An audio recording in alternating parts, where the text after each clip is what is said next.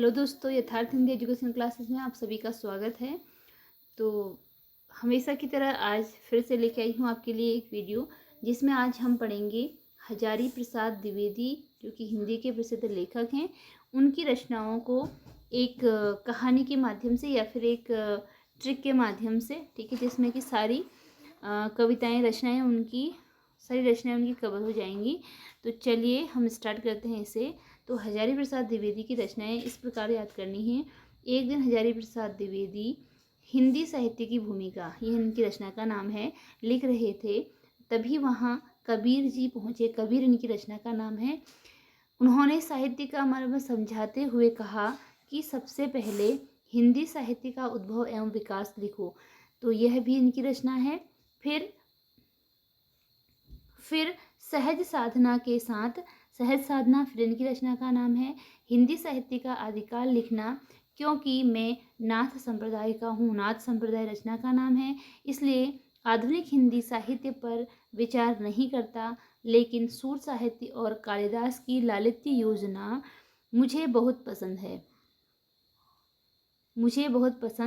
है, क्योंकि उनमें प्राचीन भारत के कलात्मक विनोद, ये इनकी रचना का नाम है। जो मैंने सर्किल किए हैं रचनाओं के नाम हैं। प्राचीन भारत के कलात्मक विनोद मिलते हैं।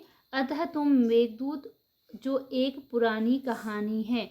तो ये आप केवल याद करने के लिए लिखा है, जो एक पुरानी कहानी है। तो इसका मतलब है कि मेघदूत एक पुरानी कहानी है, ठीक है। जो को मैंने यहाँ पर सर्किल किया था, इसका मतलब जो इसमें नहीं है, ठीक है। मेघदूत एक पुरानी कहानी, यह रचना का नाम है। उसके लालित्य तत्व, यह रचना का नाम है।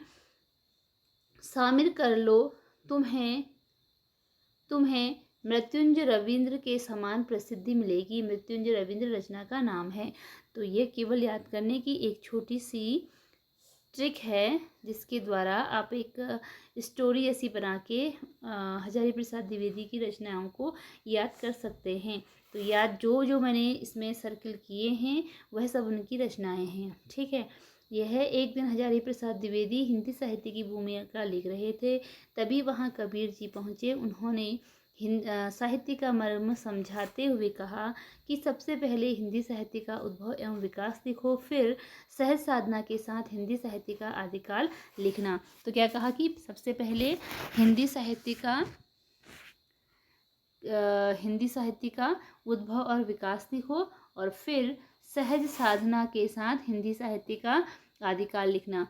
क्योंकि मैं नाथ संप्रदाय का हूँ, इसलिए आधुनिक हिंदी साहित्य पर विचार नहीं करता, लेकिन देखिए वो क्या कह रहे हैं कि मैं नाथ संप्रदाय का हूँ, लेकिन आधुनिक हिंदी साहित्य पर विचार नहीं करता, इसलिए आधुनिक हिंदी साहित्य पर विचार नहीं करता, लेकिन सूर साहित्य और कालिदास की लालित्य योजना मुझे बहुत पसंद है, क्योंकि इसमें प्राचीन भारत के कलात्मक विनोद के दर्शन होते हैं। अतः तुम मेघदूत जो एक पुरानी कहानी है। तो इसमें जो को गोला करने का कारण यह है कि जो इसमें नहीं है, केवल मेघदूत एक पुरानी कहानी, ठीक है। मेघदूत जो एक पुरानी कहानी है, उसके लालित्य तत्व शामिल कर लो, तुम्हें मृत्युंजय रविंद्र के समान प्रसिद्धि मिलेगी। तो आप इसे एक स्टोरी के जैसे पढ़ के इस प्रकार हजारी प्रसाद द्विवेदी की रचनाओं को एक साथ याद कर सकते हैं। तो यहाँ पर ये क्लास हमारी यहीं फ्रेंड होती है। मिलते हैं अगले वीडियो में कुछ नए ट्रिक के साथ, नए क्वेश्चन के साथ। धन्यवाद।